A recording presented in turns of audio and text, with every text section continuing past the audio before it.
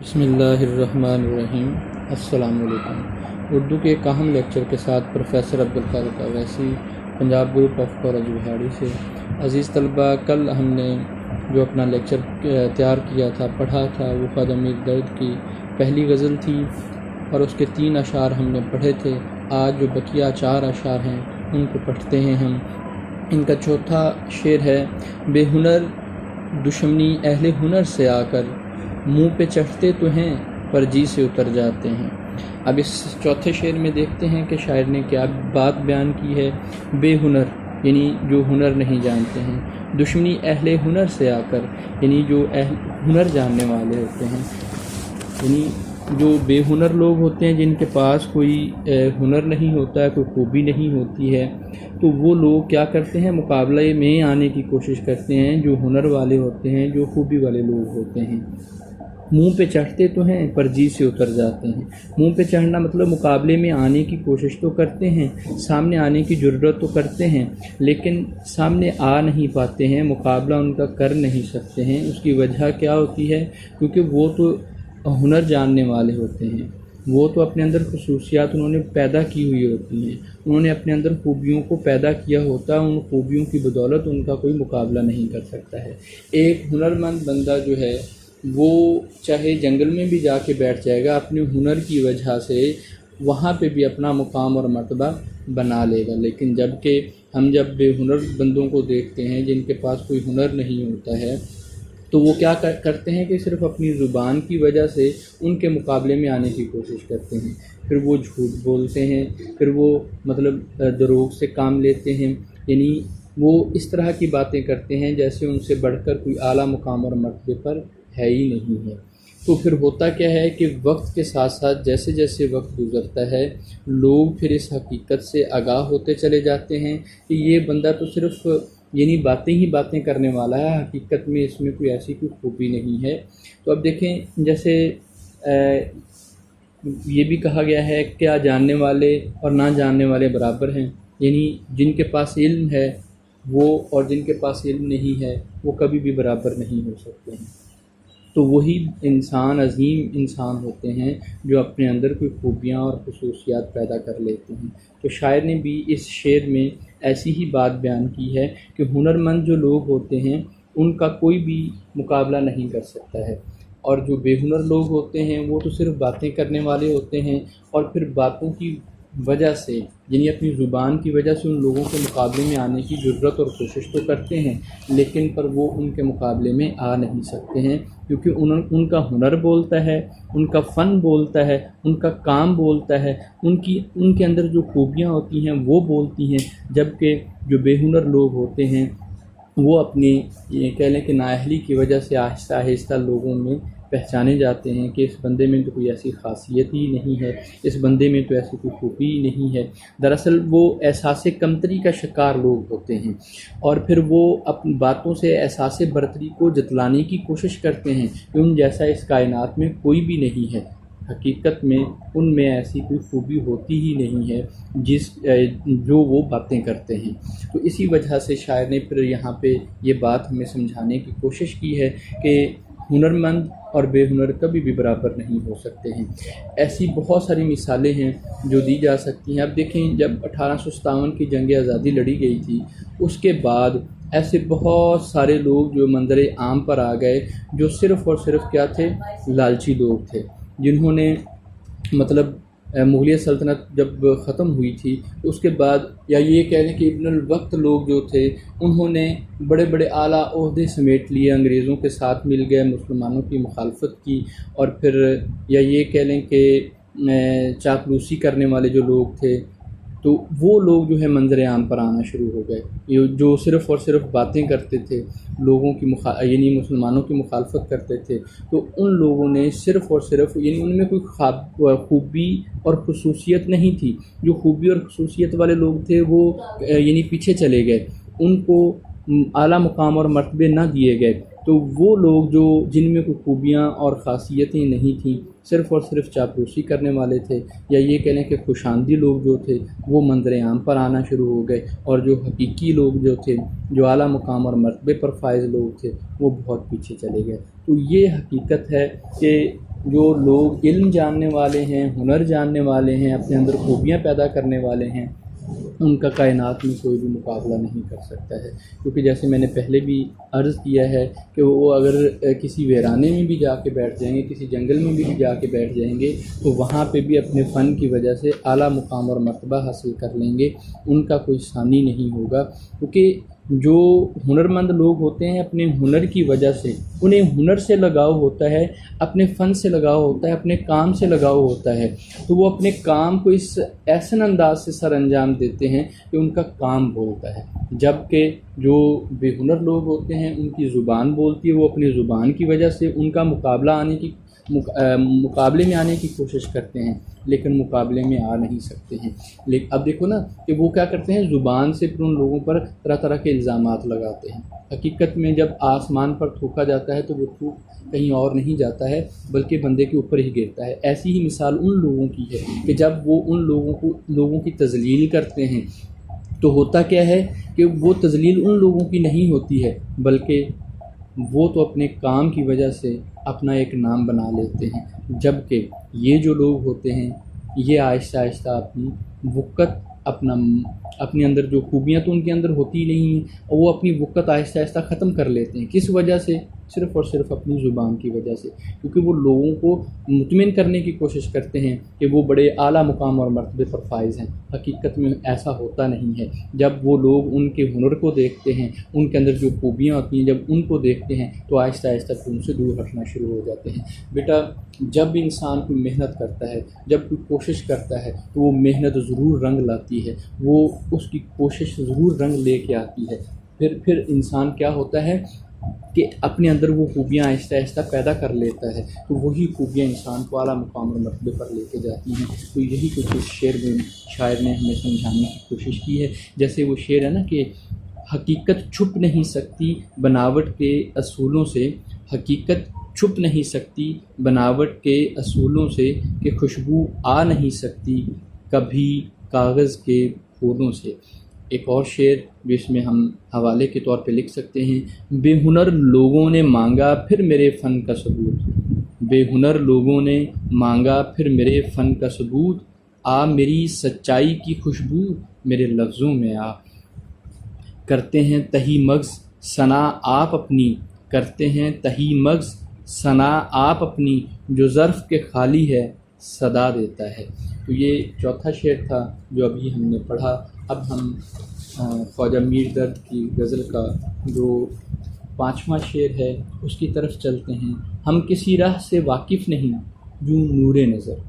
ہم کسی راہ سے واقف نہیں جو نور نظر، راہنما تو ہی تو ہوتا ہے جدھر جاتے ہیں۔ اب ہم اس شعر کو سمجھنے کی کوشش کرتے ہیں۔ ہم کسی راہ سے واقف نہیں، یعنی ہم کسی راہ سے آگاہ نہیں ہیں، جو نور نظر جیسے ہماری نظر ہے، یعنی جب ہم جس طرف چلتے ہیں، جدھر ہماری نگاہ ہوتی ہے، ہم اسی رستے سے واقف اور آگاہ ہوتے ہیں۔ رہنما تو ہی تو ہوتا ہے، یعنی رہنمائی کون سی ذات عطا کرتی ہے؟ اللہ تعالیٰ کی ذات اقدس ہمیں رہنمائی عطا کرتی ہے جدھر جاتے ہیں، یعنی جہاں بھی ہم جاتے ہیں تو اللہ تعالیٰ کی ذات اقدس ہمیں ہمارا رہبر اور رہنما ہے۔ تو اس میں دیکھتے ہیں کہ شاعر نے ان باتوں سے پردہ ہٹانے کی کوشش کی ہے۔ تو بیٹا دیکھیں، جیسے شاعر جو ہے ایک صوفی منش انسان تھے، صوفی شاعر تھے، تصوف کا رنگ ان کے ہر شعر میں موجود ہے۔ تو اس میں بھی دیکھیں کہ شاعر نے اللہ تعالیٰ پر توکل کرتے ہوئے یہ بات بیان کی ہے، ہم کسی راہ سے واقف نہیں جو نور نظر، یعنی ہمیں اس کائنات میں کسی چیز کی رہنمائی نہیں ہے۔ رہنمائی کون عطا کرنے والا ہے؟ اللہ تعالیٰ کی ذات اقدس عطا کرنے والی ہے، اور وہ رہنمائی ہمارے پاس مختلف ذرائع سے اللہ تعالیٰ نے، ذرائع کے ذریعے اللہ تعالیٰ نے ہمارے پاس بھیجی ہے۔ سب سے پہلے تو اللہ تعالیٰ نے اپنے یعنی لوگوں کو، انسانوں کو، جب انسان بھٹک جاتے اس رستے سے، یعنی جو صحیح رستہ تھا اس سے ہٹ جاتے، تو اللہ تعالیٰ نے مختلف انبیاء اکرام مختلف اوقات میں بھیجے اور لوگوں کو راہ حق کے بارے میں بتاتے رہے۔ اور پھر اگر وہ اس کائنات سے چلے جاتے، اس کے بعد کیا ہوتا، وہ جو ان کے ملفوظات ہوتے تھے، ان کے جو صحیفے ہوتے تھے یا ان کی کہی ہوئی باتیں ہوتی تھیں، تو وہ تحریر کی شکل میں انسانوں کے پاس ہدایت اور رہنمائی کی صورت میں رہتی۔ لیکن وقت گزرنے کے ساتھ ساتھ یعنی اسی طرح وقت گزرتا گیا تو انبیاء اکرام کا جو یہ سلسلہ تھا، نبی کریم آخر الزماں حضرت محمد صلی اللہ علیہ وسلم پر آ کر یہ سلسلہ اختتام پذیر ہوا، تو اس کے بعد یعنی نبی کریم صلی اللہ علیہ وسلم کی ذات اقدس کے بعد اب یہ کام جو ہے مسلمانوں پر ہے کہ وہ یعنی یہ جو رہنمائی ہے اب ہمارے پاس کس صورت میں موجود ہے؟ ایک تو علماء دین کی صورت میں ہمارے پاس موجود ہے، قرآن پاک کی صورت میں ہمارے پاس موجود ہے، نبی کریم صلی اللہ علیہ وسلم کے فرمودات یعنی آپ کی جو احادیث مبارکہ ہے اس کی صورت میں آپ کا لمحہ لمحہ ہمارے پاس محفوظ ہے۔ تو اب ہمیں رہنمائی جو ہے کہاں سے مل سکتی ہے؟ یعنی ان قرآن پاک اور نبی کریم صلی اللہ علیہ وسلم کی احادیث مبارکہ اور جو کہہ لیں کہ علماء حضرات ہیں، مسلمان ہیں جنہوں نے دین کی طرف توجہ کی ہے، تو ان کی صورت میں ہمارے پاس یہ رہنمائی موجود ہے۔ اب دیکھیں یہ جو 5واں شعر ہے، ہم اگر اس کو تصوف کے رنگ میں دیکھنا چاہیں تو اس میں بھی ہم دیکھتے ہیں اس میں شاعر نے کیا بات بیان کی ہے۔ ہم کسی راہ سے واقف نہیں جو نور نظر، ہم اس سے مراد یہ بھی تو لے سکتے ہیں نا کہ انسان یعنی جو کہہ لیں کہ فلسفہ ہے، فلسفہ جبر، یعنی انسان محض مجبور ہے، انسان کے اختیار میں کچھ بھی نہیں ہے، وہ کچھ کر ہی نہیں سکتا ہے، تو انسان کیا کرتا ہے؟ صرف جستجو اور محنت کرتا ہے۔ اس کی جستجو اور محنت کو آگے کہہ لیں کہ مقام اور مرتبے اور منزل پر پہنچانا اس ذات کا کام ہے۔ انسان محض مجبور ہے، اس کے اختیار میں کچھ بھی نہیں ہے، وہ صرف جستجو اور محنت کرتا ہے۔ اس جستجو کو لازمی نہیں ہے کہ اس کی جستجو ہے وہ پایا تکمیل تک پہنچے۔ بہت سارے لوگ ایسے ہوتے ہیں جو محنت اور جستجو کرتے ہیں، کوشش کرتے ہیں، لیکن ان کی محنت اور جستجو رنگ نہیں لاتی ہے۔ ہوتا کیا ہے کہ جو ان کے لیے بہتر ہوتا ہے اللہ تعالیٰ کی ذات سے وہ عطا فرماتے ہیں۔ یعنی انسان کا کام کیا ہے؟ صرف محنت اور جستجو کرنا، آگے رہنمائی عطا کرنا، اعلیٰ مقام اور مرتبہ عطا کرنا، یا انسان کو کسی عظیم مقام اور مرتبے پر پہنچانا، یا جس طرف بھی لے کے جانا ہے وہ اللہ تعالیٰ کی ذات اقدس کی یعنی عطا ہے، جس کو جہاں پہ لے جائیں۔ کسی کو اعلیٰ مقام اور مرتبہ عطا فرما دیں۔ جو کچھ لوگ ایسے ہوتے ہیں تھوڑی سی محنت اور جستجو کرتے ہیں منزل کی طرف اور انہیں منزل مل جاتی ہے۔ کچھ لوگ ایسے ہوتے ہیں جو ساری زندگی محنت اور جستجو کرتے رہتے ہیں، بھٹکتے رہتے ہیں، لیکن کیا ہوتا ہے کہ اپنی منزل مقصود تک نہیں پہنچ پاتے ہیں۔ تو لہٰذا انسان جو ہے نا ایک مجبور ہے، وہ محنت اور جستجو تو کرتا ہے، کوشش تو کرتا ہے، آگے اس کو منزل پر پہنچانا رب کی ذات کا کام ہے۔ کیونکہ بیٹا اس کائنات میں ہمارا سب سے بڑا رہنما جو ہے وہ اللہ تعالیٰ کی ذات اقدس، کیونکہ قرآن پاک میں اللہ تعالیٰ کی ذات اقدس نے سورۃ آل عمران میں فرما دیا ہے کہ بلا شبہ دنیا میں رہنمائی صرف خدا کی ہے، یعنی خدا ہی ہمیں سیدھے راستے پر لا سکتا ہے۔ تو ہم کیا کرتے ہیں؟ کوشش کرتے ہیں، جستجو کرتے ہیں، محنت کرتے ہیں۔ جیسے بیٹا یہ جو شاعر نے اللہ تعالیٰ کی ذات کو نور نظر سے تشبیہ دی ہے، جس طرح آنکھ کا نور انسان کو راستہ دکھاتا ہے اور چلتے ہوئے کو ٹھوکروں سے بچاتا ہے، اسی طرح خدا کی توفیق و ہدایت اس دنیا میں ہماری مددگار اور معاون ہے، وگرنہ اس دنیا میں ہم روز اول سے بھٹک گئے ہوتے۔ کیونکہ اب دیکھیں نا اللہ تعالیٰ کی ذات اقدس ہمیں قدم قدم پر رہنمائی اور کہہ لیں کہ ہمیں آگاہی عطا فرماتے ہیں۔ یعنی کس صورت میں؟ قرآن پاک کی صورت میں، احادیث کی صورت میں، اور اللہ تعالیٰ کے یعنی ایسے بہت سارے لوگ ہوتے ہیں جن کا مقصد کیا ہوتا ہے اس کائنات میں؟ صرف اور صرف لوگوں کی اصلاح کرنا ہوتا ہے، لوگوں کو سیدھے راستے پر لانا ہوتا ہے، اور ان کا کوئی اور مقصد نہیں ہوتا ہے۔ تو بیٹا اس شعر میں شاعر نے یہ باتیں ہمیں سمجھانے کی کوشش کی ہے، جیسے نا کہ ہم کسی راہ سے واقف نہیں، یعنی انسان تو کسی راہ سے واقف ہوتا ہی نہیں ہے، یعنی کسی چیز سے پہلے تو آگاہ ہوتا ہی نہیں ہے۔ تو ہوتا کیا ہے کہ جیسے جیسے انسان اپنی زندگی بسر کرتا ہے، جیسے جیسے کسی منزل کی طرف قدم اٹھاتا ہے تو آہستہ آہستہ پھر وہ مطلب ان چیزوں سے آگاہ ہوتا چلا جاتا ہے۔ رہنما تو ہی تو ہوتا ہے۔ اب دیکھو اس میں ہمیں یہ چیز بھی واضح ہو رہی ہے کہ ہمارا پورا کا پورا اختیار ہماری ذات کے اوپر پورا کا پورا اختیار اللہ تعالیٰ کی ذات اقدس کا ہے۔ وہ جس طرف چاہے، جس طرف لے جانا چاہے وہ ذات ہمیں لے جا سکتی ہے۔ انسان کے اختیار میں کچھ بھی نہیں ہے، انسان کچھ بھی نہیں کر سکتا ہے، صرف جستجو کر سکتا ہے۔ لیکن اس جستجو کو پایا تکمیل تک پہنچانا صرف وحدہ لا شریک کا کام ہے۔ تو بیٹا اس کے لیے حوالے کے اشعار ہیں: ہر حال میں رہا جو تیرا آسرا مجھے، ہر حال میں رہا جو تیرا آسرا مجھے، مایوس کر سکا نہ ہجوم بلا مجھے۔ ایک اور شعر ہے کہ احباب کی صورت ہو کہ اغیار کی صورت، احباب کی صورت ہو کہ اغیار کی صورت، ہر چہرے میں آتی ہے نظر یار کی صورت۔ مطلب کہ اللہ تعالیٰ کی ذات اقدس ہی ہمیں ہماری رہنما ہے، اللہ تعالیٰ کی ذات اقدس پر ہی ہمارے تمام کے تمام کلیں کے توجہ ہے کہ وہ جس طرف ہمیں لے جائے۔ جیسے ایک اور شعر ہے: تھا پیش نظر جو نور نظر تیرا تصور، جوں نور نظر تیرا تصور، تھا پیش نظر جدھر گئے ہم، پورے قد سے جو کھڑا ہوں تو یہ تیرا ہے کرم، پورے قد سے جو کھڑا ہوں تو یہ تیرا ہے کرم، مجھ کو جھکنے نہیں دیتا ہے سہارا تیرا، دل بینا بھی کر خدا سے طلب، دل بینا بھی کر خدا سے طلب، آنکھ کا نور دل کا نور نہیں۔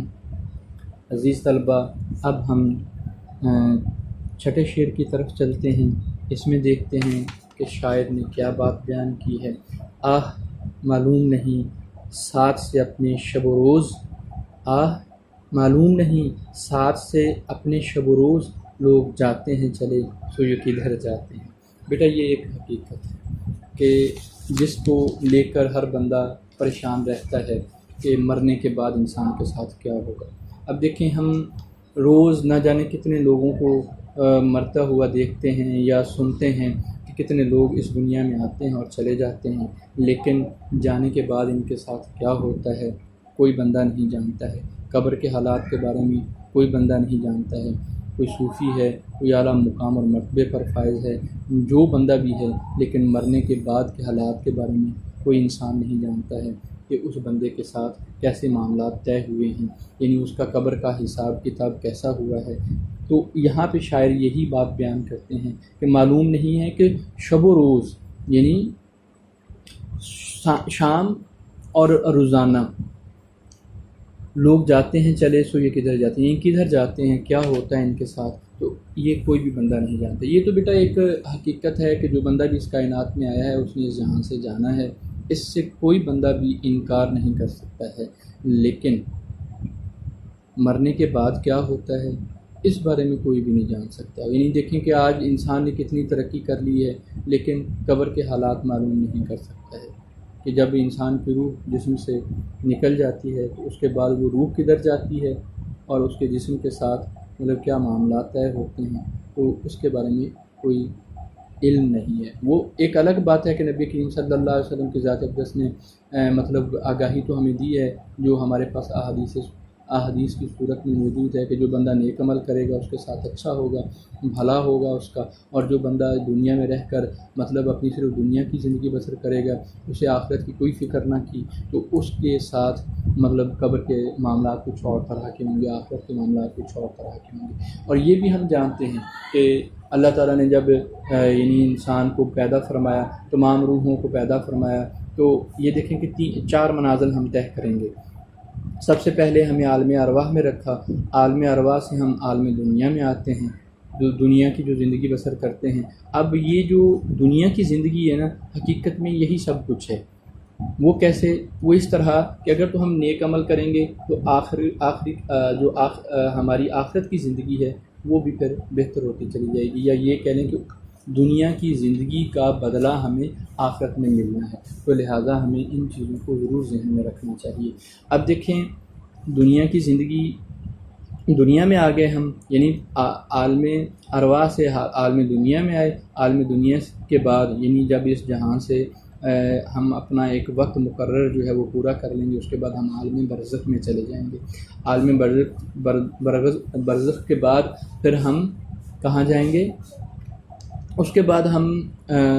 عالم آخرت میں جائیں گے، جہاں پہ ہمارا حساب کتاب ہوگا۔ اگر تو ہمارا اعمال نامہ اچھا ہوگا تو پھر ہمارے ساتھ اچھا ہوگا، اگر ہمارا اعمال نامہ مطلب بھاری ہوگا، برا ہوگا، تو پھر ہمارے ساتھ پھر اچھا نہیں ہوگا۔ وہ الگ بات ہے کہ اللہ تعالیٰ اپنی رحمت اور کرم اور بخشش کے صدقے چاہے تو پوری مخلوق کو بخش دے، تمام مسلمانوں کو بخش دے، کوئی بھی انسان اس کائنات میں نہ رہے، یعنی گناہ گار نہ رہے، تو وہ معاملات الگ ہے، لیکن جانتا کوئی بھی نہیں ہے کہ ہوگا کیا۔ تو شاعر نے بھی یہاں پہ یہ کہا ہے کہ جن کے ساتھ انسان اپنا ایک مدت گزارتا ہے، ایک وقت گزارتا ہے، ہنسی خوشی رہتا ہے، ایک لمحہ گزارتا ہے، جن کے بغیر انسان ایک لمحہ نہیں گزار سکتا ہے، تو شاعر کہتا ہے کہ شب و روز ہمارے ساتھ رہنے والے جو لوگ ہیں وہ آتے ہیں اور پھر چلے جاتے ہیں، یہ کوئی نہیں جانتا ہے کہ کدھر جاتے ہیں کدھر سے آتے ہیں۔ تو لہٰذا شاعر نے بڑے خوبصورت انداز میں یہ ایک، یعنی جس کے بارے میں صوفی بھی پریشان ہیں، کہہ لیں کہ علماء حضرات بھی پریشان ہیں کہ جب انسان اس دنیا میں آتا ہے تو نہ جانے پھر کدھر چلا جاتا ہے، اس بارے میں کوئی بھی نہیں جانتا ہے۔ تو یہ ایک حقیقت ہے، جو بندہ بھی اس دنیا میں آیا ہے اس نے اس فانی جہاں سے جانا ضرور ہے، لیکن آخرت کے معاملات کے بارے میں کوئی نہیں جانتا ہے کہ موت کے بعد انسان کے ساتھ کیا ہونے والا ہے، اس کے بارے میں کوئی بھی نہیں جانتا ہے۔ لیکن یہ ہم ضرور جانتے ہیں کہ جو بندہ نیک عمل کرے گا اس کے ساتھ اچھا ہوگا، لوگوں کے ساتھ صلہ رحمی سے پیش آئے گا، لوگوں کے ساتھ پیار اور محبت سے رہے گا تو اس کے ساتھ اچھا ہوگا، اور جو بندہ دنیا میں کیا کرے گا، اچھے اعمال نہیں کرے گا، تو آخرت میں پھر یا یہ کہہ لیں کہ جب اس جہان سے جائے گا تو پھر اس کے ساتھ اچھا نہیں ہوگا۔ تو اس کے لیے حوالے کے اشعار ہم بولتے ہیں۔ تو درد کچھ معلوم ہے یہ لوگ سب، درد کچھ معلوم ہے یہ لوگ سب، کس طرف سے آئے تھے کدھر چلے، جانے کن منزلوں کی دھول بنے وہ فنا کے سفر پہ جانے والے۔ اے میں غفلت کے سرمستو کہاں رہتے ہو، اے میں غفلت کے سرمستو کہاں رہتے ہو تم، کچھ کہو اس دیس کی آخر جہاں رہتے ہو تم۔ تو بیٹا اس میں حوالہ جات آپ، یعنی 3 حوالہ جات میں نے بول دیے ہیں، تو یہ آپ اس میں لکھ سکتے ہیں۔ تو ایک اور شعر اس میں آپ لکھ سکتے ہیں، نہ سمجھا آج تک کوئی انسان، نہ سمجھا آج تک کوئی انسان، کہاں جاتا ہے آتا ہے کدھر سے۔ اچھا جی، اب ہم آپ کی جو غزل ہے اس کے چھٹے شعر کی طرف چلتے ہیں کہ اس شعر میں شاعر نے کیا بات بیان کی ہے۔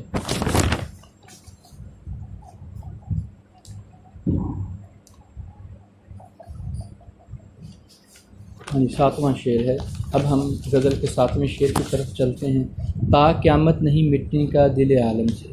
درد ہم اپنے عوض چھوڑے اثر جاتے ہیں۔ تو اس میں شاعر نے بات بیان کیا، تا قیامت نہیں مٹنے کا دل عالم سے، یعنی دنیا سے قیامت تک ہمارا کام نہیں مٹے گا، درد ہم اپنی عوض چھوڑے اثر جاتے ہیں۔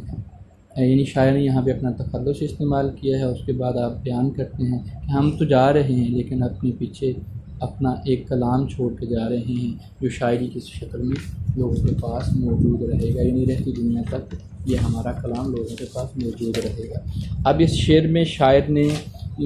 2-3 باتیں بیان کی ہیں۔ اب دیکھیں، شاعر کہتے ہیں کہ عشق کے میدان میں جو ہم نے عظیم کارنامے سر انجام دیے ہیں وہ رہتی دنیا تک باقی رہیں گے، ان کو کسی صورت میں بھی بھلایا نہیں جا سکتا،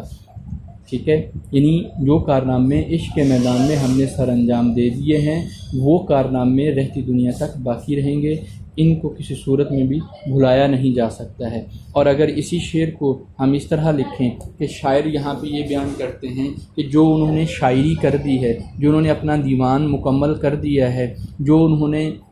شاعری میں اب باتیں بیان کر دی، تصوف کے رنگ کو سمو دیا ہے، تو ویسے تو یہ کہا جاتا ہے کہ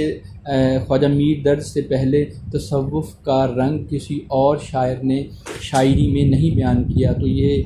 پہلے شاعر تھے جنہوں نے تصوف کے رنگ کو اپنے شعروں میں سمویا ہے۔ تو یہاں پہ شاعر یہ کہتے ہیں کہ جو کچھ ہم نے اپنی شاعری میں بیان کر دیا ہے تو یہ رہتی دنیا تک باقی رہے گا، یہ رہتی دنیا تک ختم نہیں ہونے والا ہے۔ تو اگر اسی شعر کو ہم اس طرح کر لیں، جیسے اصل مقصد تھا شاعر کا، تا قیامت نہیں مٹنے کا دل عالم سے، یعنی قیامت تک ہمارا یہ جو فیض ہے یہ جاری و ساری رہے گا، یعنی جو تصوف کا رنگ ہے، جو تصوف کا علم ہے، یہ جاری و ساری رہے گا، اور اس کام کو ہمارے بعد آنے والے ہمارے مختلف سجادہ نشین جو ہیں اس کام کو سر انجام دیں گے۔ یہاں پہ اثر سے مراد کیا لیا ہے؟ خواجہ میر اثر جو خواجہ میر درد کے بھائی تھے، تو شاعر یہاں پہ یہ کہہ رہے ہیں کہ ہم تو اس جہاں سے جا رہے ہیں، ہم تو اس جہاں سے چلے جائیں گے، لیکن ہمارے بعد اس کام کو جاری و ساری رکھنے والے ہمارے چھوٹے بھائی امام میر اثر ہوں گے، جو یعنی ہمارے اس کام کو جاری و ساری رکھیں گے، یعنی اس تصوف کے رنگ کو یا تصوف کی شاعری کو یا تصوف کے یا یہ کہہ لیں کہ لوگوں کی رہنمائی کے لیے کیا کریں گے؟ وہ اس کام کو جاری و ساری رکھیں گے۔ یہ کام ہمارا ختم ہونے والا نہیں ہے، بلکہ یہ کام ہمارا رہتی دنیا تک باقی رہے گا، کیونکہ جب انسان کسی عظیم کام کے لیے نکلتا ہے تو اب دیکھیں، انسان اگر اس دنیا میں ایک دو بندوں کو سیدھے رستے پر لگا جاتا ہے تو وہ بندے اس کام کو آگے پھر دو تین بندوں کے سپرد کر دیتے ہیں، یعنی دو تین بندوں کو وہ بھی سیدھے رستے پر لے آتے ہیں۔ اسی طرح یہ ایک کڑی سے کڑی ملتی چلی جاتی ہے، تو رہتی دنیا تک پھر ان لوگوں کا جو وہ پہلا بندہ جس نے لوگوں کو سیدھے رستے پر لایا ہوگا اس کام کو جاری و ساری رکھا جائے گا، تو وہ کام ان کا رہتی دنیا تک یعنی اسی طرح چلتا رہے گا۔ تو اس شعر میں بھی شاعر نے ہمیں ان چیزوں کو سمجھانے کی کوشش کی ہے، کیونکہ بیٹا اس کائنات میں جو انسان کے اندر خوبیاں ہوتی ہیں، وہ جو خاصیتیں ہوتی ہیں، ان خاصیتوں کو مرنے کے بعد بھی جاری رکھا جا سکتا ہے، کیونکہ بہت سارے لوگ ایسے ہوتے ہیں جو ان خوبیوں کو اپنے اندر سمو لیتے ہیں، ان خوبیوں کو اپنے اندر پیدا کرنے کی کوشش کرتے ہیں کہ اس بندے نے کامیاب زندگی بسر کی ہے، وہ بندہ اگر دنیا میں کامیاب ہوا ہے تو وہ ان خوبیوں کی وجہ سے ہوا ہے۔ تو یہ جو ایک انسان کے اندر یہ خوبیاں ہوتی ہیں نا، یہی خوبیاں پھر رہتی دنیا تک باقی رہتی ہیں۔ شاعر کا مقصد بھی یہاں پہ یہی تھا کہ اپنے اندر خصوصیات پیدا کریں، اپنے اندر خوبیاں پیدا کریں۔ جیسے شعر ہے نا، کیوں سب سے زیادہ نہ کریں فن سے محبت، کیوں سب سے زیادہ نہ کریں فن سے محبت، یہ فن ہی تو فنکار کو مرنے نہیں دیتا۔ ایک اور شعر ہے، پہچان لیا تجھ کو تیری شیشہ گری سے، پہچان لیا تجھ کو تیری شیشہ گری سے، آتی ہے نظر فن سے ہی فنکار کی صورت۔ تو آخر میں ایک اور شعر ہے، باتیں ہماری یاد رہیں پھر باتیں نہ ایسی سنیے گا،